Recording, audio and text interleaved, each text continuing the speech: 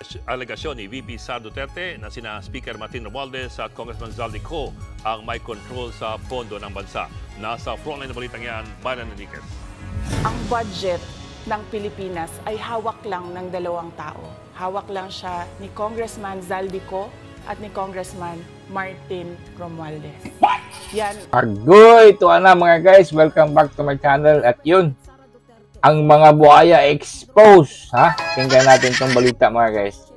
Kasi makikita na natin kung sino talagang pinakamataba na buhaya dyan. Si Lolong yata itong, nandyan sa Kongreso. Isipin nyo, mantakin nyo mga guys, ha? Saka buhaya nila, kukunin pa nila yung budget ng DepEd noon na. Kaya pala ito si Sara na hindi na nagpabuli sa kanila. Alright, huwag na natin patagalin to at mag-reaction tayo dito, ha. Pakinggan natin itong balita mga guys. Ang katotohanan. Inakusahan ni Vice President Sara Duterte sina House Speaker Martin Romualdez at House Committee on Appropriations Chairperson Zaldico na umano'y nagkokontrol sa pondo ng bayan. Yan ang revelasyon ni VP Sara sa part 2 ng recorded interview niya na inilabas ngayong araw kasabay ng pagdinig ng Kamara para sa proposed budget ng Office of the Vice President sa 2025. Kwento ng bise noong 2023, 5 bilyong piso ang inaprobahang pondo para sa pagpapatayo ng classrooms. Pero 5 bilyon yan mga guys, ha, para sa classrooms. Pero tingnan nyo ang ginawa nitong mga tambaluslos. Hindi pa nakontento sa mga pera nila. At kinuhanan pa. Tingnan natin, napakinggan natin. Nilapitan umano siya ng ilang miyembro ng Kamara para hingin ang parte ng pondo na hindi niya binanggit kung para saan. Sinabihan ko yung... So yun, may nanghingi. Ha? Bakit hinihingin? Wala ba kayong mga pera? Ano ba yan? Nanalo ba yan si VP Sara sa waiting? Mga gunggong talaga, no? Grabe kabuhaya kayo ba? Grabe yung mga guys. Ha? Sila naglaan ng budget at nanghihingi. Hindi sila nakontento. Ganyan tong mga buhaya. Congressman, sabihan ninyo si Martin Romualdez na hindi pwede chap-chapin ang classroom construction na 5 billion. Hindi pwedeng chap-chapin. Tulong guys. Grabe ka, Romualdez. Grabe ka kamukhang pera, no? Ito si Zaldico, tingnan niyo yung mga mukha nila mga guys. Ang taba, parang ito yung mga taba ng krokodil. Anong lahi ng mga crocodilos? Tingnan mo si Zaldico mga guys. Tingnan mo yung mukha niya, no? Ang taba. At saka ito, ma-obvious natin. At sige, tapusin muna natin to para patuloy natin babanatan natin tong hinayupak na baboy na crocodile. Budget naman daw ngayong taon, kinuha umano ng Kamara ang pondo na nakalaan dapat sa classrooms. Naglabas ng mga dokumento ang bise para patunayan ang mga akusasyon. Kung hahanapin mo sa papel, kinuha nila ang 5 billion ng repairs ng classrooms at nilagay nila doon sa 19 billion para maging 24 billion siya. So ang naiwan sa repairs, sa kawawang mga classroom, ay 1 billion. 1 billion na lang mga guys. Grabe, kinuhanan. Hindi na kayo naawa. Uy, mga tamblos-los. Kinuhanan ninyo yung budget. Grabe, hindi na kayo naawa sa classrooms.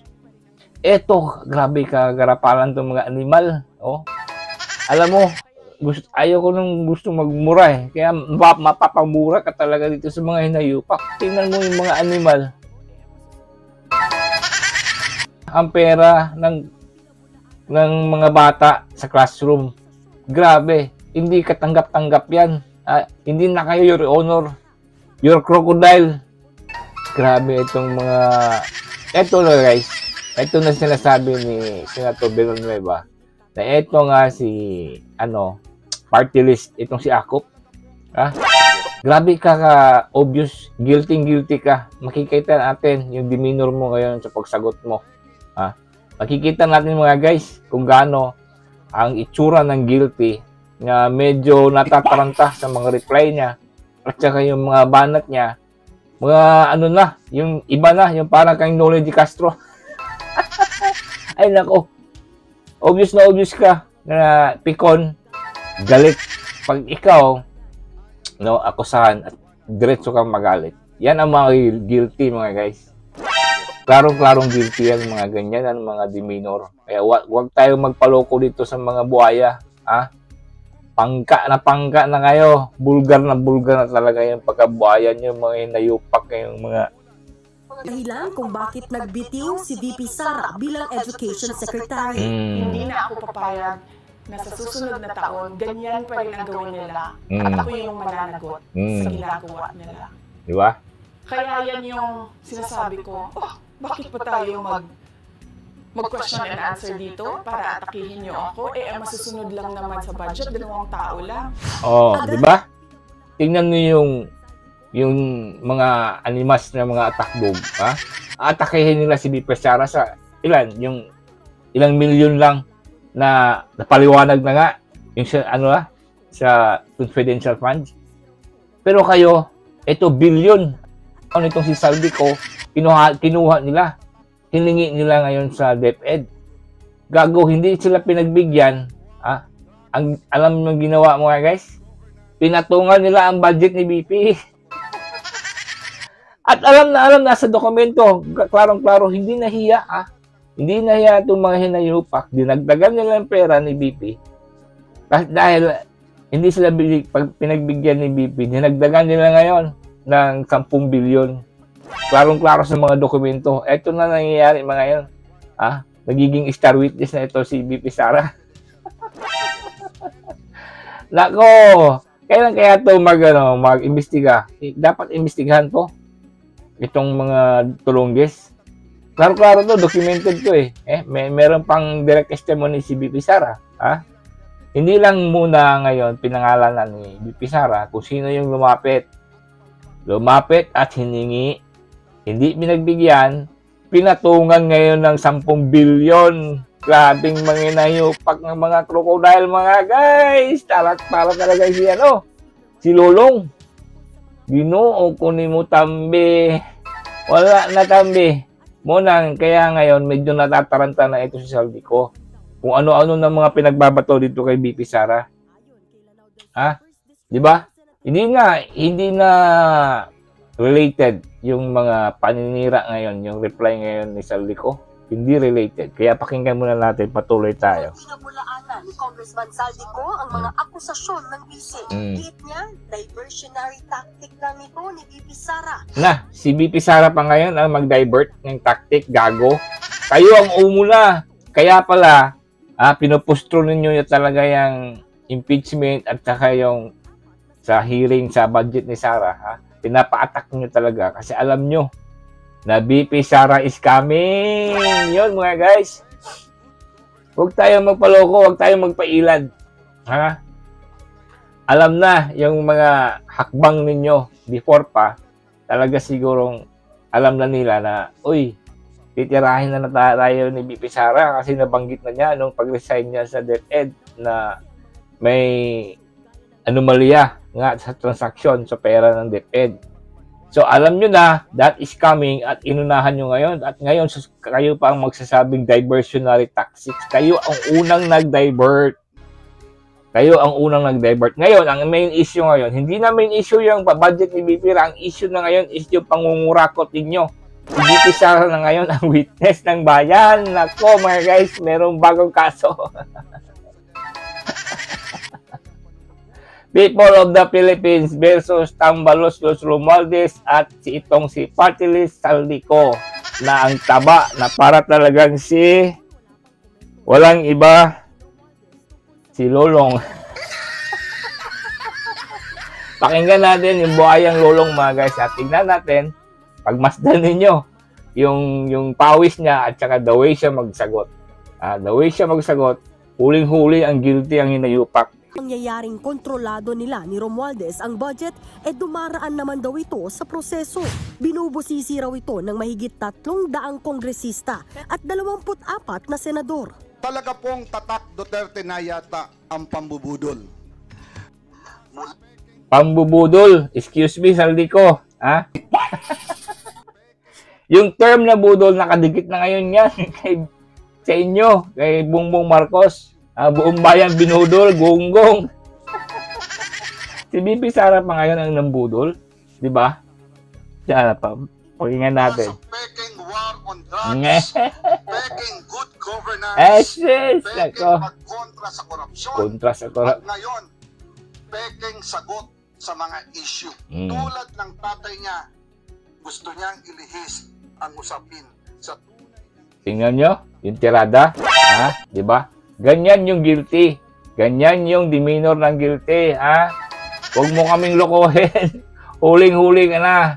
Ganyan yung guilty. Galit agad. Oh, saka yung mga tirada kung saan-saan na. Oh, parang si cowboy na hindi marunong bamal.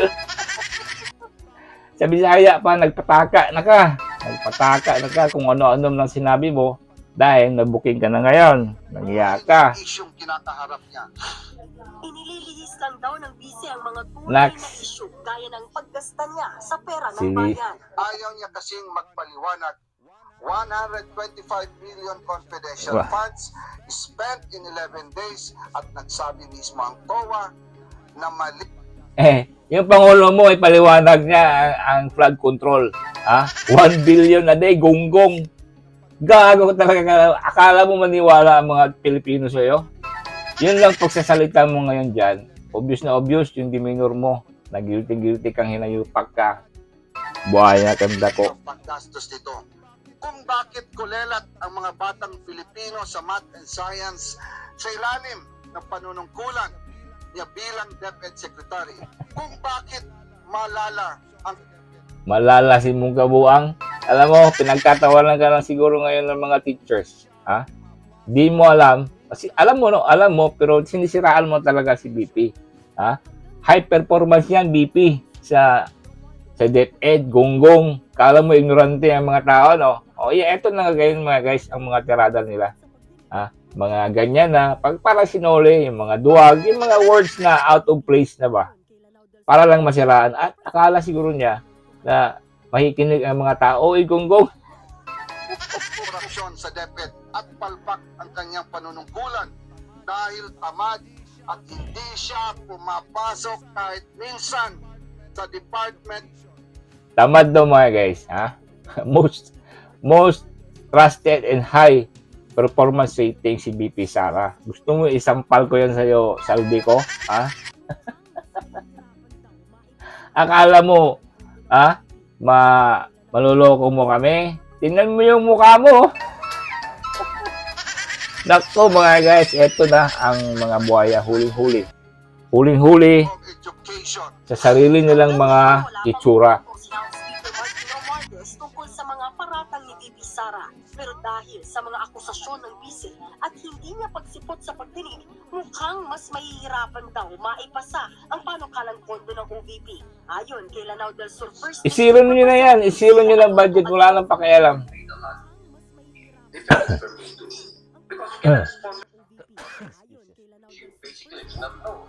Una na rin iginiit ng Malacanang na hindi totoong 2 tao lang ang may hawak ng pondo ng bansa. Nagbabalita. Hindi totoo. Ha? Gago kayo. Akala nyo. Maluloko nyo kami. Alam na this. So, grabe. Obvious na obvious ka, saldi ko. Tingnan mo yung mukha mo. Ha? At saka yung mga tirada mo kay BP. Wala na. Wala na sa topic. Kung ano-ano na mga pinagbabato mo. Ha? Bumabalik ka na sa war on drugs. Sinayupak ka. Ha? Ikaw, kayo, ni Tambalustos, talagang kinupitan nyo ang pera ng DepEd. Hindi na kayo naawa sa mga bata.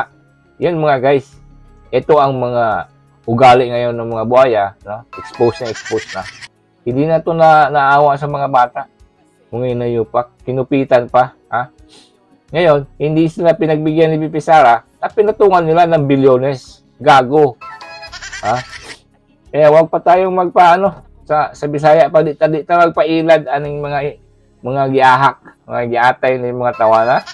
Ha? Mga baga kay naong galamlam lang mo niya mga Tambalustos sa Bisaya pa, lamlam lang ka.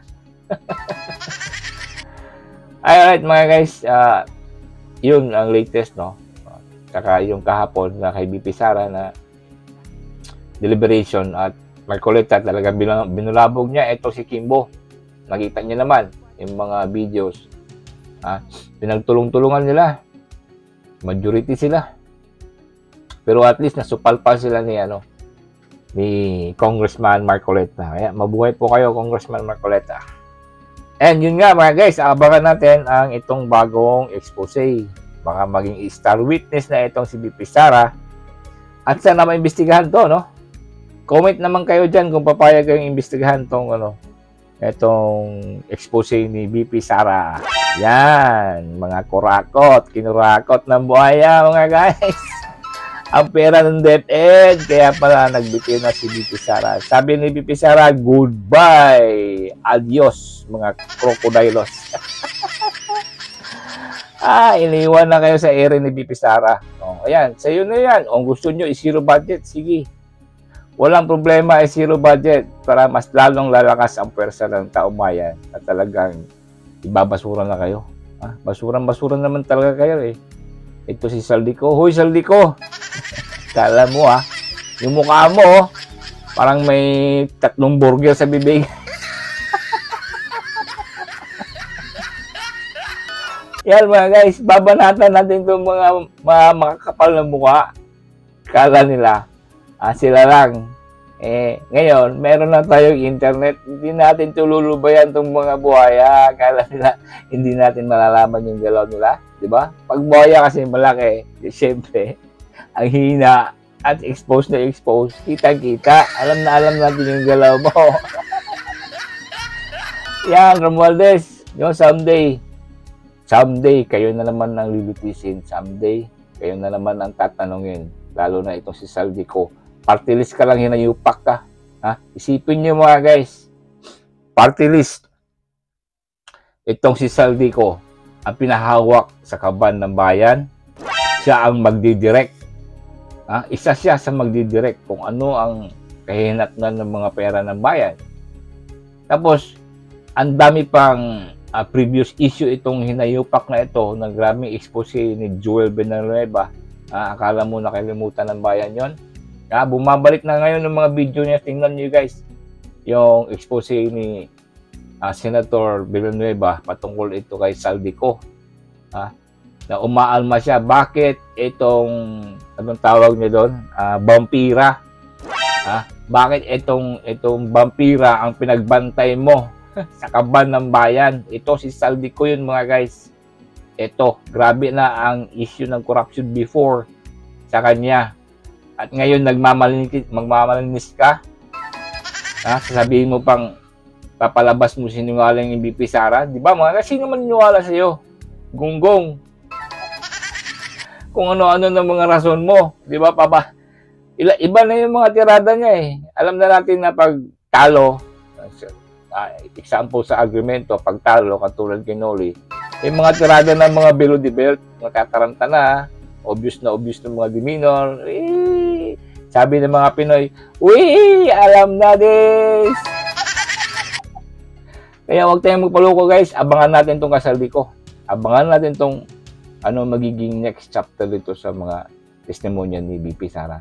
Para, tayo naman ang lilitis dito sa mga inayupak nila. Itong mga buhaya. Lagi lang sila nasa ibabaw. Time will come, Gaba. Gaba is coming. Yeah, mga guys. Gaba is coming sa mga Bisaya dyan. Alam niyo yan. Mga Tagalog, karma yan. Karma is coming na. Yan. Alright, mga guys. Pasensya kayo sa salita ko. Bisaya ako. I-remind ko ulit. Bisaya po ako. I'm just trying my best na makatagalog para ma-understand, ma-intindihan po ng lahat.